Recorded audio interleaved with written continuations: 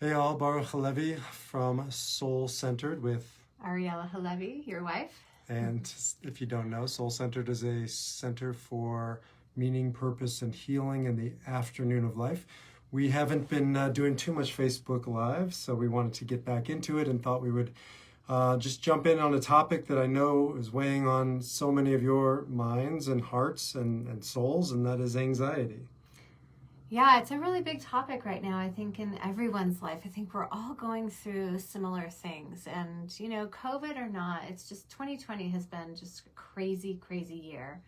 So it brings up a lot of the things that we fear, like those deep-rooted fears, fear of death, fear of putting food on the table, just so much fear right now. So we just wanted to hop on and talk about it and get real about anxiety because it's something that we just all are dealing with. So all day, every day. We've been talking a lot about it on our podcasts, on some videos and some blogs. And I think we've gotten a lot of response, probably more than any other topic, because it is on everybody's minds. And, my clients that I've worked with kept saying, I want to get to the elections. Just get to the elections and then it'll be okay. And then after post-elections and transition, and there's always something next. There is really. I also thought, like that week when elections came up, and in our family, we have a lot of different opinions and lots of different kids. And it was just like, just get me through this week. I know post-election, everything will be better. And it's like we've all forgotten about elections and we've just gotten back into this idea that we're going back into quarantine. And how we all handle it. I think our family is like a petri dish because we have so many kids. Maybe literally, I don't know. Literally, but teenagers. We have so many different children with different opinions and different lifestyles. And, we're just watching anxiety pop up in everybody. And especially like B said, within ourselves and with our clients. And how do you handle it? How do you handle anxiety? We'd love to hear from you, how you handle your own anxiety. One way that we both know about how to handle anxiety is to really get to this idea that anxiety is energy. I've said before that I love to see anxiety. I see anxiety as a child. If your child had something wrong with him or her, you would most likely go to her and you would say, what's wrong? How can I help you? What are you feeling? So anxiety, being energy, just wants to be acknowledged. It wants to be expressed. And the truth is, with any dark emotion, it just wants to go into the light. Yeah. Jump over to our podcast, mysoulcenter.org. We have a whole podcast on anxiety. But I think, what we talked about in that was naming it, right? Being able to name it is not a small thing. I'm a student of Kabbalah, and the entire book of Exodus is really called the Book of Names. It's about what happens when you lose your name and taking back the power of a name. And I see that with anxiety. Like, you say the word anxiety and people get anxious about being anxious, as opposed to reframing it, naming it through energy. People are like wowed by that. And it is energy. I mean, think about anxiety comes from your mind. It's got a message for you. It's got something to say. And instead of just pushing it away, making it a big monster, then pushing it into the closet, you shine the light in the closet like you do for your little kids and say, hey, come on, energy, let's figure it out. I like to look at anxiety as like that first initial emotion that you feel. And really, when you go deeper into your emotions and really sit with yourself and understand what you're feeling, it's usually not anxiety. Anxiety is kind of like this overall word we use when we're really feeling a lot of other emotions.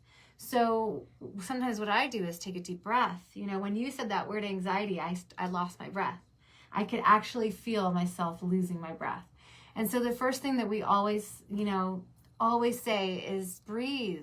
We do a lot of different breath work techniques to really help people breathe and to know what's going on inside of there. You have to breathe. Tell them about Home Your Power. Okay. It's breathing. So, well, hold on one second. So part of the breath is to acknowledge how you feel. So look underneath there. What is anxiety telling you? What emotion are you really feeling? And then really get it out and really sit with it. Like we said, take it out of the dark and make it light. And so part of what we offer is this great free 7-day program. It's on our website, www.mysoulcenter.org. Good thing you said www because nobody knows what that means. Be quiet. We're married. in case you don't know. Still, in spite of me. That's true. Okay, where was I? Okay. www. So stop. Okay, Own Your Power. Own Your Power is a 7-day program. It's free to you. Just check it out on our website. Only to you, Marilyn. You're special. And wow. Good thing this is live, yeah. So Own Your Power are tools that you can use when you have anxiety, right? So it's 7 different tools that you can use that we created from our personal practice that we have been using since we've been together, 22 years, and in our personal and our professional practice.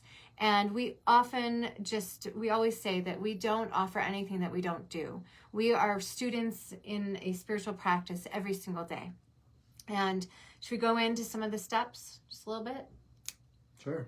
Okay, so one step is to find the space and time to create a spiritual practice to help your anxiety.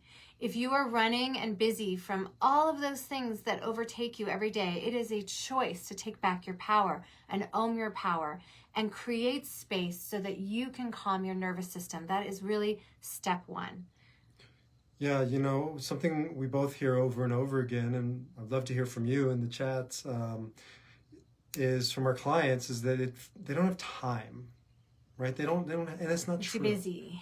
They don't make time, right? Yeah. They make time for everybody and everything. I mean, the people we work with are among the most contributing members of society. They're out there doing and giving and serving and saying yes we've talked a lot about this, saying yes to everybody except themselves. Right.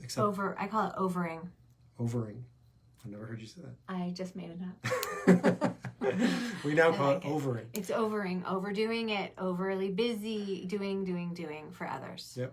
Human doings. And they are like just kind of paradigm shift when I say, you're saying yes to everybody, but in the process, you're saying no to yourself. Hey, Rory. Hi, Rory. Rory. And so learning to say yes to yourself and saying yes to yourself by making time to take on, to face, to harness that energy that is anxiety. Exactly. Yeah.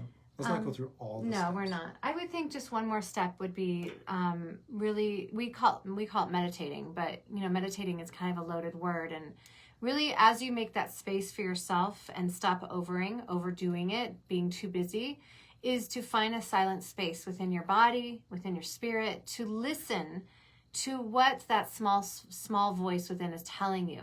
Because when anxiety takes over, we lose our breath and we lose the connection to our bodies and the connection to our spirit.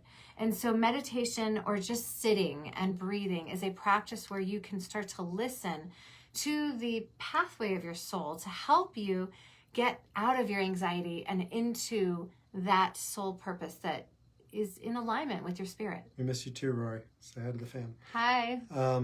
Yeah, I just would add something that I hear over and over from clients is that anxiety is still something to be ashamed about. Depression, anxiety, the dark emotions, it's like the stuff that's still a taboo somehow in our society. And I don't get it. I don't, because when I talk to them, anxiety is a gift. It's a gift. It's energy. And its energy is coming from somewhere, and it just needs to be harnessed, but it's part of your greatness, right? And if you do something with it, she's going to jump in a second, but I just want to finish this thought. And that is that, don't make your greatness go away. Own it.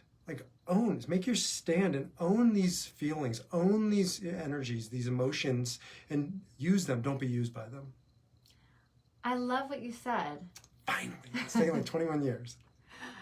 And I think that it's hard to own it. I think it's about being vulnerable. When we feel hard feelings like anxiety or rage or shame or doubt and fear, those are vulnerability emotions. And I know that when I feel anxious, I shut down and I can't really understand what I'm feeling. And then to express it to somebody else feels so it just feels hard and it feels scary. And so it is a practice. Hi, Esther. It's a practice in being vulnerable, to open your heart to somebody, to say that, often couples especially, or just if you're in a relationship, the time that you argue is when you feel shut down and feel anxious or fearful. And so what if you practice just opening your heart to that person and to really say, I'm feeling so anxious. There's so many anxious feelings here. Normally, if you argue and you're going on that surface level, if you go a layer deeper, you're going to get to that vulnerability, and then the arguing can disappear and you can help heal each other. Totally. So I grew up in Omaha, Nebraska. Many of you know that. Most of my friends were either evangelical or Catholic, still are. And I loved my friends who come from the Catholic tradition of confession. I think it's not really appreciated as to what it really is, but it's an opportunity to sit in front of somebody who is able to hold whatever it is you have to share and to confess it, to admit it, to just say it. And there's so few spaces that we can do that. Find somebody who can hold what you have to unleash and unleash it. It can be a confidant, a friend. I encourage a professional because they're trained in holding it. That's what we do. That's what I do. I hold confessional all day, every day for clients. And I don't say 7 Hail Marys and whatever. I don't even say 7 Shemas, nothing. I just hold it, I receive it, and I can tell. There's a cathartic process of having finally a place to just admit it. It's true. It's getting to that root core of anxiety and to be able to heal from a very root core, because most of us feel anxiety from our childhood. We've had certain beliefs, vows, and agreements that we made long ago, or different traumas and wounds that we had that really stimulate our nervous system, that causes us to shut down. From day one, if you think back in your childhood, I have probably like a bunch of them, where my nervous system learned that anxiety is a bad feeling, and when this happens, I shut down. And if you have a guide or a healer that helps you through these feelings, then you can unleash them, and it unleashes your soul. Really, it's quite healing. So that's it. We're wrapping it up. We wanted to recap some of the conversations we've been having formally and informally on anxiety. You can get them all at mysoulcenter.org, www.mysoulcenter.org. And you can sign up for the Own Your Power, which is, again, a complimentary gift from us to you. You can reach out to us. Shoot us an email. We'd love to hear from you. We're going to be talking more and more on Facebook Live, so we'd love to hear what you're interested in us talking about. We'll be talking about the Enneagram. Stay tuned for that. We'll be talking about all kinds of good stuff. So until the next time. Namaste. Shalom. Peace. Bye. See ya, Dudu.